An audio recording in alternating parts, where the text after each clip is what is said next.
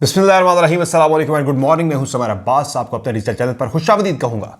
आज की इस वीडियो में नाज़रीन हम बात करेंगे। मैंने एक महीना पहले आपको एक बड़ी खबर दी थी कि पाकिस्तान में सोशल मीडिया के हवाले से एक बड़ा क्रैकडाउन शुरू होने वाला है। डिजिटल फायर वॉल जो है वो जो है पाकिस्तान में लाई जा रही है। इंटरनेट के हवाले से बहुत ज़्यादा आने वाले दिनों में कंट्रोल जो है वो रियासत हासिल कर लेगी। और इस हवाले से द न्यूज़ ने खबर शाया की है। मेरी खबर की काफ़ी हद तक उससे तस्दीक हो गई है कि दिसंबर से ये सिस्टम जो है वो डिप्लॉय होना शुरू है। और मैंने भी आपको एक महीना पहले ये खबर दी थी तकरीबन 30 दिसंबर को कि पाकिस्तान में ये काम होने जा रहा है, जिसमें गिरफ्तारियों की बाकी चीज़ें होंगी। मैं आगे चल के डिटेल में इस पर बात करूँगा। फिर नाज़रीन, इमरान खान के खिलाफ आज साइफर तोशाखाना और 190 मिलियन पाउंड केस की आज समाअत है अडयाला जेल के अंदर। फिर खबर यह है कि सनम जावेद ने इलेक्शन ना लड़ने का फैसला किया है। इसकी वजह क्या है आपको बताएंगे, और इलेक्शन से वो दस्तबरदार क्यों हुई है। फिर जनाब PTI ने बाय द वे कल मुल्क के अंदर जो उनके जलसे रैलीज़ वगैरह हुई, जो रैलीज़ निकाली गई, उस पर कई शहरों के अंदर पाकिस्तान तहरीक इंसाफ के कारकुनान के खिलाफ मुकदमात दर्ज कर लिए गए हैं। ये जनाब लेवल प्लेइंग फील्ड की सूरत हाल है, इस वक्त अहवाल है। और नाज़रीन, एक और बड़ी खबर यह है कि पाकिस्तान तहरीक इंसाफ के खिलाफ एक बड़ा केस तैयार हो रहा है। एक बड़ा केस तैयार किया जा रहा है कोई इंटरनेशनल फंडिंग और पाकिस्तान मुखालिफ लॉबिंग के ज़िम्न में। और एक बड़ी चीज़ जो है वो तहरीक इंसाफ के खिलाफ आने वाले दिनों में आने वाली है। इससे PTI कैसे निपटेगी और पाकिस्तान तहरीक इंसाफ का खैबर पख्तूनख्वा के अंदर अगला वज़ीर आला कौन होगा, इसकी अनाउंसमेंट भी जो है आप तक पहुँचाएँगे कि क्या इसका फैसला हुआ है। आपसे रिक्वेस्ट है कि आप मेरे चैनल को सब्सक्राइब ज़रूर करें। अगर आपको मेरी वीडियो पसंद आए तो उसको लाइक ज़रूर करें और अपना फीडबैक कमेंट सेक्शन में ज़रूर दें। बेल आइकन प्रेस करना ना भूलिएगा। अच्छा, सोशल मीडिया से मुतल्लिक़ जो मैंने खबर दी थी आज से एक महीना पहले, ठीक एक माह पहले, उसमें मैंने बताया था आपको कि पाकिस्तान में डिजिटल फायरवॉल जो है वो लाई जा रही है। सोशल मीडिया के हवाले से ट्वीट करने पे, व्लॉग करने पे लोगों के खिलाफ क्रैकडाउन होंगे, कार्रवाइयाँ होंगी, और वो काम बिल्कुल शुरू हो चुका है। और डिजिटल फायरवॉल के हवाले से भी द न्यूज़ ने खबर कन्फर्म कर दी। मैंने एग्जैक्टली खबर क्या दी थी आज से महीना पहले, मैंने एक बहुत हाई प्रोफाइल ब्रीफिंग अटेंड की थी, वहाँ से ये खबर मुझे मिली थी। और मैं आपको बताता हूँ मैंने उस खबर में क्या कहा था। और एक नेशनल फायरवॉल जो है, डिजिटल फायरवॉल क्रिएट करने का फैसला हुआ है। और इसमें फैसला ये भी हुआ है कि कवानीन को चेंज करके अब फ़ोन हर बंदे के पास है, हर बंदा वल्नरेबल है। क्या फ़ोन से अपने ट्वीट करते हैं, कोई आप जो किसी को भी लगता है भाई ये ट्वीट गलत है, वो उठा के आपके खिलाफ केस कर देगा।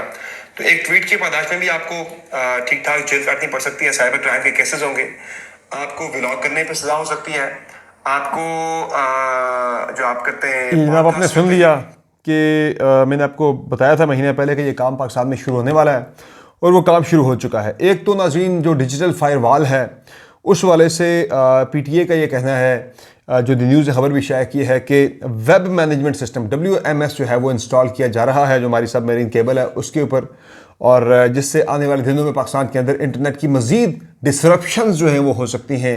और ये भी एक खदशे का इजहार किया जा रहा है कि शायद इलेक्शन वाले दिन इलेक्शन को मैनेज करने के लिए, मैनुअली इलेक्शन मैनेज हो सकता है, डिजिटली मैनेज करना ज़रा मुश्किल होगा, तो मैनेज करने के लिए शायद फिर से पाकिस्तान में इंटरनेट को बंद कर दिया जाए।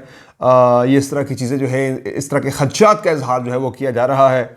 और जो हमने कहा था कि कार्रवाइयाँ होंगी, तो वो कार्रवाइयाँ शुरू हो गई। आपने देखा कि जस्टिस काजी फाइज ईसा की तौहीन के केस के अंदर, या जजेस की तौहीन के केस के अंदर जो नोटिस सर्व हुए FIA की जानिब से, कल इस पर निगरान वज़ीर इत्तलात मुर्तज़ा सुलंगी साहब ने और जो नए तैनात हुए हैं DG FIA, उन्होंने प्रेस कॉन्फ्रेंस भी की है।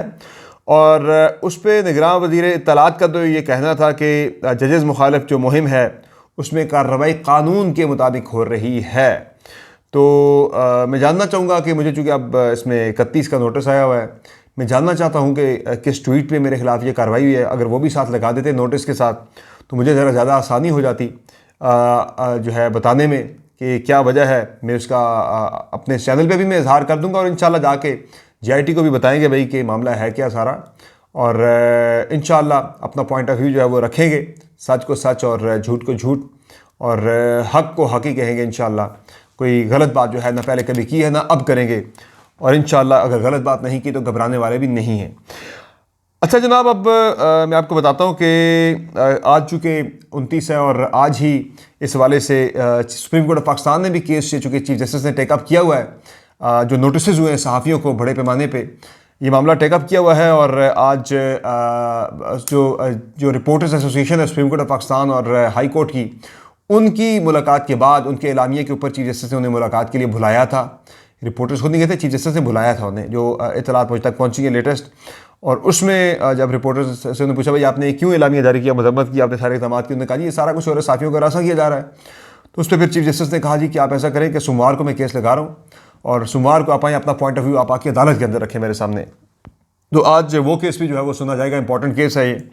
फिर जनाब एक और मामला जो है वो जो खबर है वो खबर है जनाब सनम जावेद के हवाले से। सनम जावेद जो है वो इलेक्शन से दस्तबरदार हो गई हैं। NA 119 से उन्होंने इलेक्शन लड़ना था मरीम नवाज़ के ख़िलाफ़, लेकिन यहाँ पे चूँकि सनम जावेद के नॉमिनेशन पेपर्स जो हैं वो एक्सेप्ट नहीं हुए थे, ना RO के पास से, ना DB में, ना हाई कोर्ट के लार्जर बेंच में, और सुप्रीम कोर्ट ऑफ पाकिस्तान से जाके उनके नॉमिनेशन पेपर जो है वो क्लियर हुए। तब तक पाकिस्तान तहरीक इंसाफ जो है वो शहजाद फारूक को, जो कि बाद फारूक के भाई हैं, उन्हें इंतहावी मैदान में उतार चुकी थी। और अब 15-20 दिन चुके हो चुके हैं उनकी नॉमिनेशन को। तो उसके बाद वो कहता है कि मैंने हल्के के अंदर ठीक ठाक कैंपेन कर ली हुई है लोगों के पास।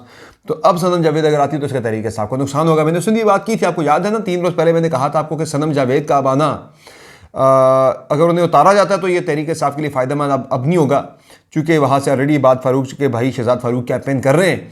और अगर वो आ भी जाती है तो फिर वोटर जो है वो कंफ्यूज होगा हल्के का। तो अब सनम जावेद ने इलेक्शन से दस्तबरदार होने का ऐलान कर दिया है। वो NA 119 में मरीम नवाज़ के खिलाफ इलेक्शन अब नहीं लड़ रही। अच्छा, दूसरा जनाब जो मामला है खैबर पख्तूनख्वा के वज़ीर आला के हवाले से, वो बड़ी इंटरेस्टिंग खबर है। इससे पहले PTI की 2 हुकूमतें जब आई हैं KP के अंदर, तो पहले परवेज़ खट्टक वज़ीर आला बने, फिर दूसरे मरहले में महमूद खान वज़ीर आला बने, और अब तीसरा जो वज़ीर आला के हवाले से नाम सामने आ रहा है वो है अली अमीन गंडापुर का। और कल शेर अफजल मरवत ने बाज़ाब्ता अनाउंस कर भी दिया है कि अली अमीन गंडापुर जो है वो खैबर पख्तूनख्वा के अगले वज़ीर आला होंगे। By the way, Pakistan Tehreek Insaf ने शेर अफजल मरवत ने DI खान टांक में बहुत ही तगड़े, बहुत ही इंप्रेसिव जलसे किए हैं। और मैं इंप्रेसिव जलसों को बतौर ख़ास में उनका जिक्र करता हूँ, जिसमें अगर आप देखें तो गुज़िश्ता रात जमात इस्लामी ने एक जलसा किया कराची के अंदर, वो भी बहुत ही इंप्रेसिव जलसा था। फिर नून लीग का सियालकोट के अंदर पावर शो भी अच्छा था। तीनों शरीफ्स वहाँ पे पहुँचे थे, चूँकि इस मरतबा ज़रा सीट जो है वो ख़तरे में दिखाई दे रही है। उस्मान डार और उनकी वालदा जो है वो बहुत अच्छी कैंपेन जो है वो इस वक्त सियालकोट के अंदर रन कर रहे हैं। तो ये जो मैं शेर अफजल मरवत की बात कर रहा था, उन्होंने टांक DI खान में बहुत तगड़े और बहुत ही सक्सेसफुल जलसे किए हैं, उनकी धूम मची हुई है। यानी पूरे पाकिस्तान के अंदर PTI के क्राउड्स एक तरफ, जो एक जलसा शेर अफजल मरवत ने किया है टांक में और DI खान में जो 2 जलसे किए उन्होंने, इन जलसों का कोई जो है ना वो मुकाबला नहीं है। अच्छा, ये जो जलसे किए शेर अफजल मरवत ने, मैं दोबारा से कहूँगा, मैं हमेशा से ये कहता आया हूँ कि शेर अफजल मरवत जो है वो इमरान खान का एक सच्चा सिपाही है। PTI के अंदर उसकी बड़ी टांगें खींची गई हैं, और कारकुनान जो है वो इमरान खान के बाद सबसे ज़्यादा मोहब्बत जो है वो शेर अफजल मरवत से करते हैं। अगर शेर अफजल मरवत को पाकिस्तान तहरीक इंसाफ या इमरान खान पंजाब में भेजते जलसे करने के लिए, तो he would have turn the tables. Punjab में उन्होंने ठीक ठाक जो है वो पार्टी को मोटिवेट कर देना था, जिस तरह से उन्होंने पार्टी को जिंदा किया, पार्टी में जान डाली है। खैबर पख्तूनख्वा के अंदर वो पंजाब के अंदर भी पार्टी में जान डाल सकते थे, लेकिन अभी तक उन्हें परमिशन नहीं है कि वो पंजाब में जाके कैंपेन रन कर सकें। कराची से उन्हें क्यों बुलाया गया था वो मैं आपको बता चुका हूँ। शिरानी साहब वाला जो एपिसोड हुआ था वो पीछे मेरे एक ब्लॉग में मौजूद, आप देख सकते हैं जाके, टाइटल में जहाँ मैंने शेर अफजल मरवत का जिक्र किया, वैसे कराची से क्यों बुलाया गया था, वो उनसे एक ब्लंडर हो गया था शेर अफजल मरवत से, जिसकी पादाश में उन्हें कराची से बुलाया गया था। तो फिर पंजाब उन्हें नहीं भेजा गया, वो दोबारा KP में ही कैंपेन कर रहे हैं और बड़ी अच्छी, बड़ी सक्सेसफुल कैंपेन कर रहे हैं। फिर जनाब जो पाकिस्तान तहरीक इंसाफ ने कल किया है, पूरे मुल्क के अंदर पावर शो किया है, तमाम तर रुकावटों के बावजूद मैं कहूँगा ये एक इम्प्रेसिव पावर शो था। और इसमें पाकिस्तान तहरीक इंसाफ के जो लोग जहाँ से निकले, कुछ वीडियोस भी आई पिंडी में। NA 57 की वीडियो आपने देखी, जहाँ एक बंदा जो है वो जाके झंडा छीन रहा है, वो मोटरसाइकिल से गिर जाते हैं, बच्ची भी मोटरसाइकिल में बैठी है, लेकिन झंडा छीनने की भाई साहब को बड़ी जो है वो उनको बड़ा जोश था कि PTI का झंडा क्यों लहरा रहा है यहाँ पे। अब ये नहीं पता वो बंदा कौन था, सादा कपड़ों में कोई बंदा था जिसने जाके, यानी क्योंकि आम शहरी था या कोई और किसी जगह से था, उसने जाके, उसका हक नहीं बनता था जाके इस तरह से झंडा छीनना। अच्छा, इसके अलावा पूरे यानी कि बलूचिस्तान में, सिंध में, कराची में और इसके अलावा पिंडी में, मुख्तलिफ जगहों पे पाकिस्तान तहरीक इंसाफ के जो कारकुनान थे या फिर जो लीडरान थे, जो MNA थे, जिन्होंने ये रैलीज़ निकाली थी, ऑर्गेनाइज़ की थी, उनके खिलाफ पर्चे दर्ज कर लिए गए हैं। गिरफ्तारियाँ भी बड़े पैमाने पर कल हुई हैं, जिस तरह से हमाद अज़हर के वालिद 84 साल के हमाद अज़हर के वालिद जो है उन्हें गिरफ़्तार कर लिया गया था। और दिस इज़ क्वाइट अनफॉर्चुनेट जो है ये जो इस वक्त सूरत हाल चल रही है पंजाब के अंदर।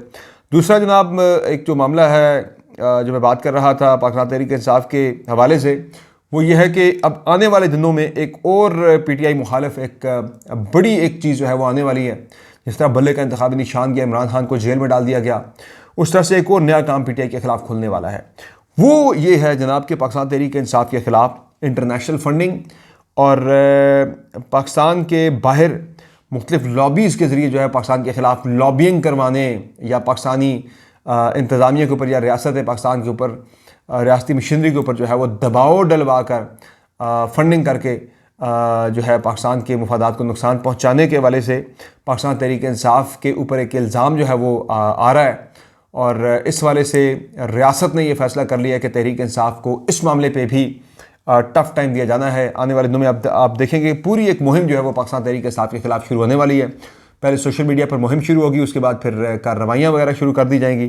और मैं आपको बता चुका हूँ, आपको याद है ना, मैंने कहा था कि एक 5 रुकनी कमेटी जो बनी थी वज़रा की, जिसमें वज़ीर कानून, वज़ीर इत्तलात, वज़ीर दाखिला और इसके अलावा इंसानी हकूक़ के वज़ीर इसमें शामिल थे, और एक 5 रुकनी कमेटी बनाई गई थी जिसमें ये फ़ैसला हुआ था कि ये कमेटी जो है ये 9 मई के हवाले से केसेस को देखेगी। तो मैंने तब कहा था कि ये मामला जो है आने वाले दिनों में पाकिस्तान तहरीक इंसाफ के हवाले से कोई सख्त इसमें फ़ैसला आ सकता है, क्योंकि अब वो भले का इंतखाबी निशान चला गया है। अब तहरीक इंसाफ को बयान करने के हवाले से मुझे लगता नहीं है कि उसमें कोई कार्रवाई मज़ीद हो, लेकिन ये जो मामला है ये मुझे this apparently seems to be quite serious issue. कोई ना कोई चीज़ें जो हैं वो फिर से बना के, अब ओवरसीज़ में ज़्यादातर तो वही है जो अभी तक की मेरी इत्तलात थी, मेरे पास कोई इस तरह की जामे कोई चीज़ मेरे पास अभी सामने नहीं आई कि PTI के लोगों ने कोई पाकिस्तान की वफादात के ख़िलाफ़ काम किया ओवरसीज़ या नहीं किया। मेरे पास ऐसे कोई चीज़ नहीं है। मैं जस्ट आपको ख़बर दे रहा हूँ कि मेरी ख़बर ये है कि इस पे यानी कि एक पूरी मुहिम चला के PTI के ख़िलाफ़ कि वो पाकिस्तानी रियासत है पाकिस्तान के मुफादात को नुकसान पहुँचाने के लिए लॉबिंग कर रही है, पाकिस्तान पे दबाव डलवा रही है इंटरनेशनली। तो ये इस तरह की चीज़ें जो है वो इत्तलात सामने आ रही हैं। अब देखते हैं कि इससे पाकिस्तान तहरीक इंसाफ किस तरह से निपटती है। बाकी अब आज भी जलसे होने पूरे मुल्क के अंदर तमाम सियासी जमातें करेंगी, लेकिन जो मैं असल चीज़ जो मैं इस वक्त देख रहा हूँ मे बी वो स्ट्रेटजी के तहत है या जो भी है, पाकिस्तान तहरीक इंसाफ जो है वो उस तरह से एक उन्होंने इवेंट किया KP में जलसों के अलावा जो है मुल्क के अंदर कहीं भी उस तरह से पाकिस्तान तहरीक इंसाफ जो है वो जलसे करती हुई नज़र नहीं आ रही।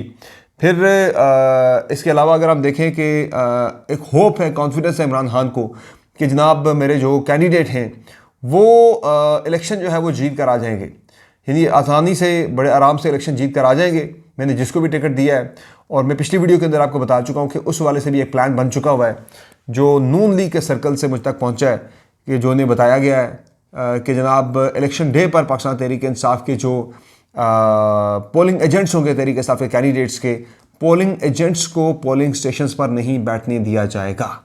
प्रेशर इतना डाल दिया जाएगा जनाब कि लोग जो हैं वो PTI के कैंडिडेट्स के पोलिंग एजेंट बनने से भी घबराएंगे। ये एक नून लीग के सर्कल्स में एक ये प्लान डिस्कस हो रहा है।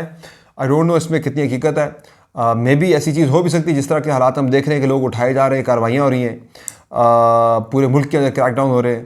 तो जनाब मियां आज़र जैसे यानी कि 84 साल के बंदे को उठा के ले गई अगर पुलिस कल, तो फिर यहाँ पे कोई चीज़ भी भईद नहीं है, कोई चीज़ भी जो है यहाँ पे कोई लिहाज मुझे होता हुआ किसी भी किस्म का नज़र नहीं आ रहा। तो ये चीज़ भी हो सकती है।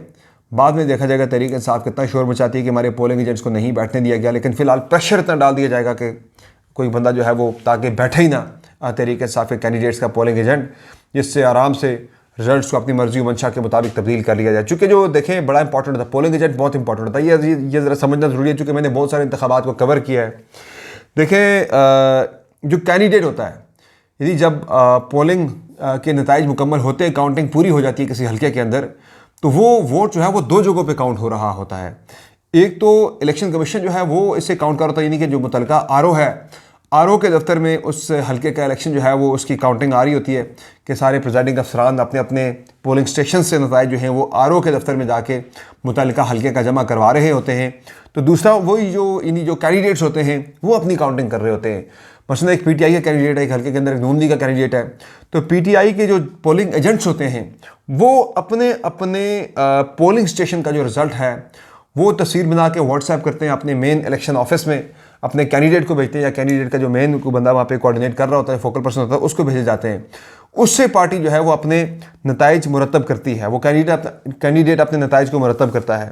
दूसरी पार्टी का जो कैंडिडेट होता है वो भी इसी तरह से मुरतब करता है। सारी पार्टियों के कैंडिडेट ऐसे ही करता है, जो पार्टियां सही इलेक्शन लड़ने का आर्ट जानती हैं वो ऐसे ही करती हैं।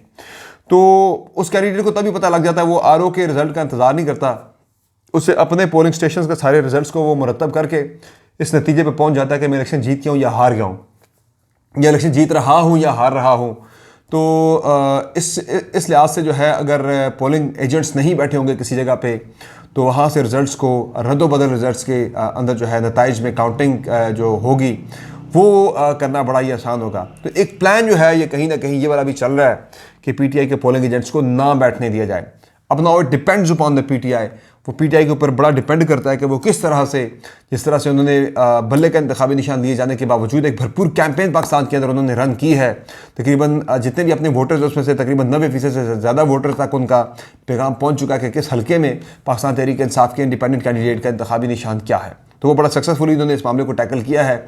अब जो आखिरी तहरीक इंसाफ की मंजिल है, जो आखिरी जो रुकावट है, जो आखिरी जो उनकी सीढ़ी है, वो यही है कि पोलिंग एजेंट्स उनके मेक श्योर तरीके से कर जाती है। अगर के तमाम उनके पोलिंग स्टेशन के ऊपर उनके अगर पोलिंग एजेंट बैठे होते हैं तो फिर इलेक्शन के नताइज में रद्द-ओ-बदल कोई इतना आसान काम नहीं होगा। तो आज की इस वीडियो पे, आज के यानी कि इसी जुमले पे आज की इस वीडियो का इख्तिताम करते हैं। दोबारा अगली वीडियो में हाजिर होंगे। इजाज़त दीजिए, अल्लाह हाफ़िज़।